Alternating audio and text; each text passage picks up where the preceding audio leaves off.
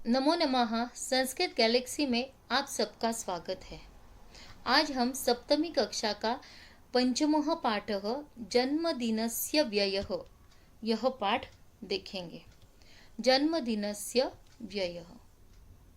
मानसिंहस्य पुत्रः मोहनः सप्तमकक्षायां पठति। मानसिंह का पुत्र मोहन सप्तमी कक्षा में पढ़ता था। राजेशः अपि मोहनेन सह एव पठति। राजेश भी मोहन के साथ ही पढ़ता था।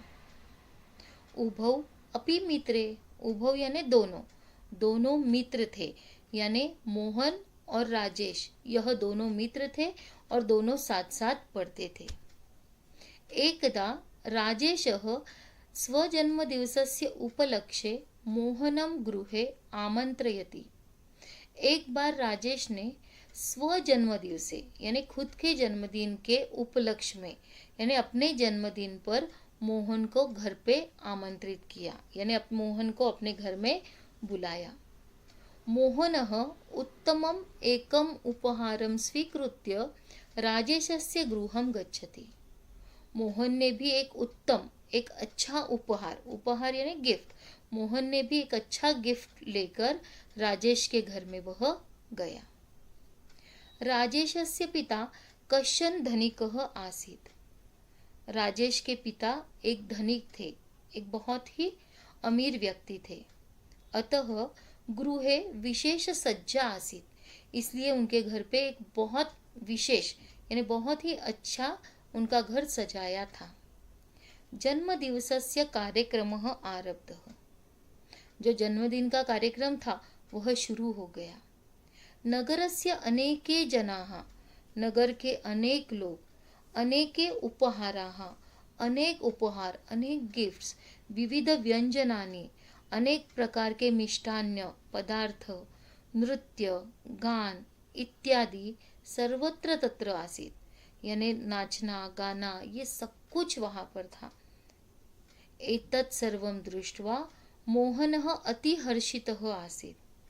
यह सब देखकर मोहन बहुत हर्षित आनंदित हो गया। सः निश्चयं करोति यत् सः अपि स्वजन्मदिवसे एतादृशम् एव आयोजनं करिष्यति। उसने निश्चय किया कि वह भी खुद के जन्मदिन के ऊपर इसी प्रकार का आयोजन करेगा, यानी जिस प्रकार का आयोजन उसके मित्र के जन्मदिन के उपलक्ष्य में था वैसे ही वह करना चाहता था। यह देखकर वो बहुत आनंदित हुआ और उसने यह निश्चय कर लिया। अग्रिम दिने अगले ही दिन प्रातः काले, दूसरे दिन सुबह वह स्वपितुः पार्श्वे आगत्य उपविशति वदति च। अगले ही दिन वह अपने पिता के पार्श्वे यानी पास में, अपने पिता के पास में आया, बैठा, उपविशति बैठा और वदति बोला। क्या बोला? तात यह राजेशस्य जन्मदिवसे अत्याधिकम आनंदः अनुभूतः। हे तात यानी पिता, हे पिताजी, यह यानी यस्टरडे, कल राजेश का जो जन्मदिन था उसमें हमने बहुत आनंद का अनुभव किया। तत्र अनेके जनाः आगताः, वहाँ पर अनेक लोग आए थे। विविध व्यंजनानि, बहुत सारे वहाँ पे पदार्थ थे, व्यंजन थे। अनेके उपहाराः अपि आसन्, बहुत सारे उपहार, बहुत सारे गिफ्ट भी वहाँ पर थे। तात किं मम जन्मदिवसे अपि तथा उत्सवः भविष्यति? उसने पूछा कि हे तात, हे पिताजी, किम मम, क्या मेरे जन्म दिवस के ऊपर भी ऐसे उत्सव होगा?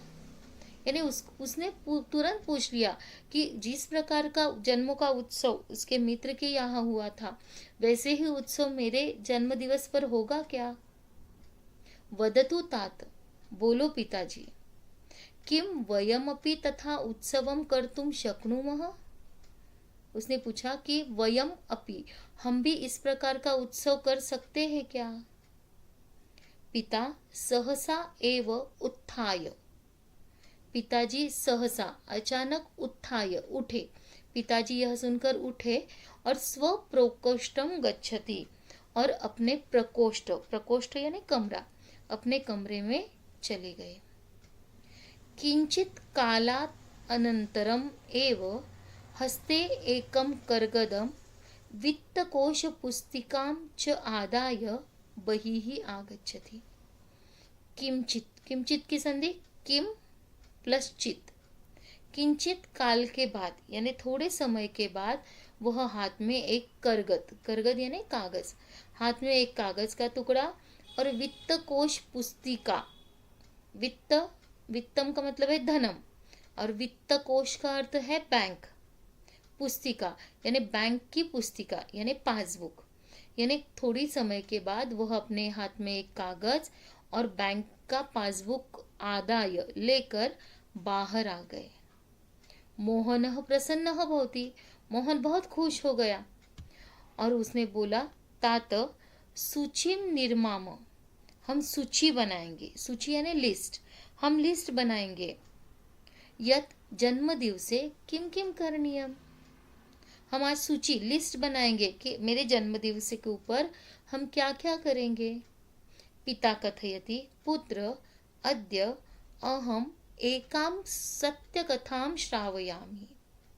फिर पिताजी ने कहा कि हे पुत्र, अद्य आज मैं तुम्हें एक सत्य कथा सुनाता हूँ। यानी पिताजी ने बोला कि रुको, मैं तुम्हें पहले एक कथा सुनाता हूँ, और उन्होंने कथा कहना शुरू कर दिया। एकस्मिन् ग्रामे एकः श्रेष्ठी आसीत्, एक गांव में एक श्रेष्ठी यानी एक धनिक रहता था। सः प्रतिवर्षं स्वपुत्रस्य जन्मदिवसं भव्यतया आयोजयति स्म। सः प्रतिवर्षम, वह हर साल अपने पुत्र का जन्मदिवस भव्यता से यानी बहुत बड़ा मनाया करता था।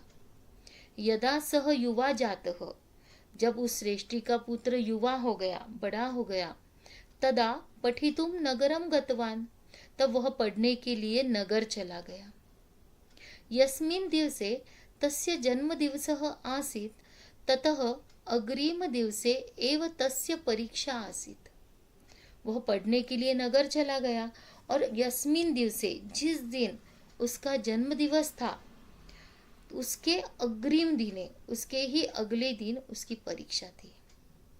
अतः सः गृहं गन्तुम असमर्थः आसीत्, इसलिए वो घर जाने के लिए असमर्थ था। यानी वह, उसकी एग्जाम थी, उसकी परीक्षा थी, इसलिए वह अपने जन्मदिन के उपलक्ष्य में घर जा नहीं सका।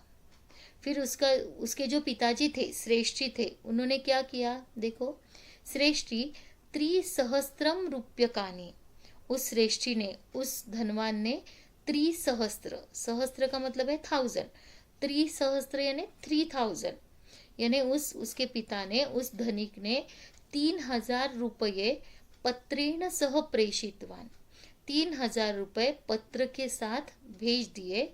और पत्रे लिखितम, और पत्र में लिखा, एतेन धनेन उत्तमतया जन्म दिवसम आयोजयतु।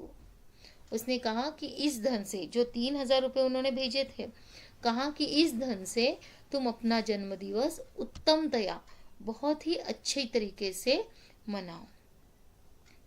श्रेष्ठी पुत्र यदा धनम प्राप्तवान, जब भी उस श्रेष्ठी पुत्र ने धन प्राप्त किया, तदा तस्य मनसि आगतम, तब उसके मन में आया, एतत् धनम अहम निर्धन छात्राणां हिताय प्रयच्छामि। जैसे ही उसके पिता के पैसे मिले, तब उसने सोचा कि यह जो धन है, मैं क्या करूँगा, निर्धन छात्राणां, जो निर्धन है, जो गरीब है, ऐसे बच्चों के लिए, उनके हित के लिए मैं दे दूंगा। श्रेष्ठी पुत्र तद्धनम प्राचार्याय दत्तवान, फिर उस श्रेष्ठी पुत्र ने वह जो सारे पैसे थे, वह प्राचार्य, जो स्कूल के प्रिंसिपल थे, उनको उन्होंने दे दिए। प्राचार्य अति प्रसन्न जातः, प्राचार्य जो थे वो भी बहुत प्रसन्न हो गए।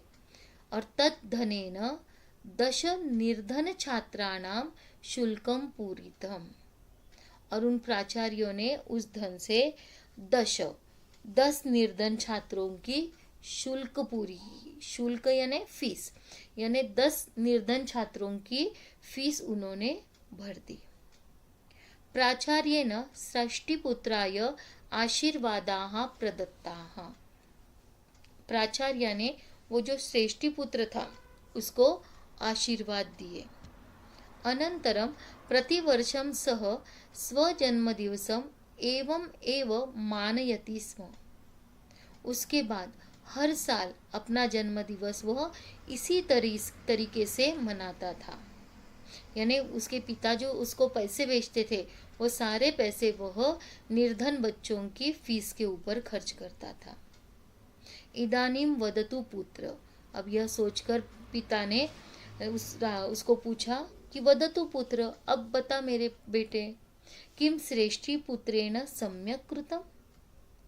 क्या ये जो श्रेष्ठी पुत्र ने किया वो सम्यक अच्छा किया, बराबर किया।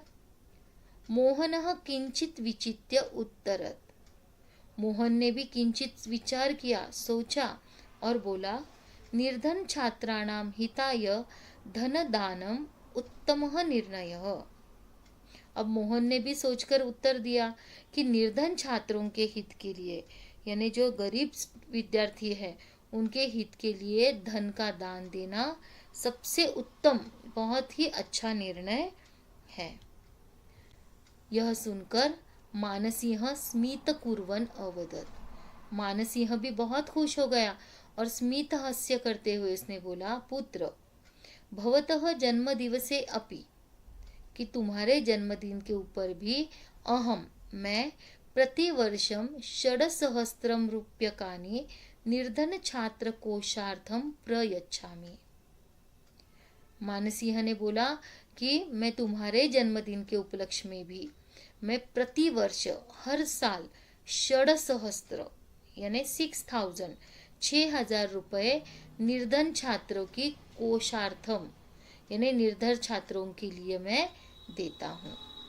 ये न अनेकेषां छात्राणाम अध्ययनम प्रचलति, यानी जिससे ये जो पैसे मैं उन निर्धन छात्रों के कोष में डालता हूँ, कोष यानी अकाउंट, उनके अकाउंट में डालता हूँ, जिससे अनेक छात्रों का अध्ययन चलता है। अधुना वद पुत्र, अब बताओ पुत्र, किम तव जन्म दिवसः उत्तमतया आयोजितः मया, कि मैंने तुम्हारा जन्म दिवस उत्तमता से मनाया ना, या मना रहा हूँ ना। मोहनः किमपि न उक्तवान। यह सारा सुनकर मोहन भी बहुत खुश हुआ और किमपि न उक्तवान, उसने कुछ भी न बोलते हुए केवलम पितरम आलिंगितवान, अपने पिता को गले लगा लिया। प्रफुल्लित मनसा आभारम च प्रकटितवान, और प्रफुल्लित आनंदित मन से उसने आभार भी प्रकट किए। सत्यम खलु, सही कहा गया है, सुपात्र दानात् च भवेत् धनाढ्यो, यानी सुपात्र को दान देने से इंसान धनवान बनता है, अमीर बनता है। धन प्रभावेन करोति पुण्यम, और धन के प्रभाव से पुण्य कर्म करता है। पुण्य प्रभावात सुरलोकवासी, और पुण्य के मिलने के बाद या पुण्य के प्रभाव से उसे स्वर्ग प्राप्त होता है। पुनर्धनाढ्य पुनः एव भोगी, और वह फिर से धनवान और फिर से भोगी बनता है। यानी हमेशा हमें दान देते समय भी हम किसको दान दे रहे हैं, वह सुपात्र यानी सुयोग्य है क्या, यह सारा सोचते हुए हमें दान देना चाहिए। और जिस प्रकार अपना जन्मदिवस इस लड़के ने मनाया, उसी प्रकार का जन्मदिवस हमें भी मनाना चाहिए। धन्यवाद।